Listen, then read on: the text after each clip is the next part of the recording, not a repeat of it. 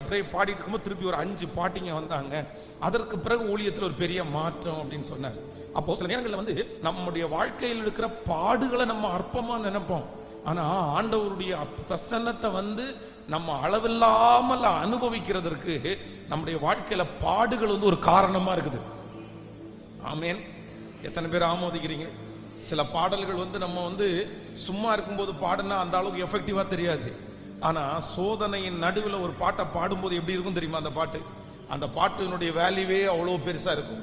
அதனால சில நேரங்களிலே சங்கீதக்காரன் சொன்னது போல, நான் உபத்திரவப்படுகிறது எனக்கு நல்லது, நான் பாடுபடுகிறது எனக்கு நல்லது, என்னுடைய அவமானம் எனக்கு நல்லது. அப்பொழுது நான் என்ன செய்வேன் அப்படின்னு சொன்னா, அவருடைய பிரசன்னத்தை நான் அளவில்லாமல் நான் உணர்வேன்.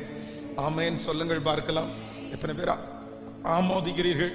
அதனால எல்லாரும் ஆண்டவரை நேர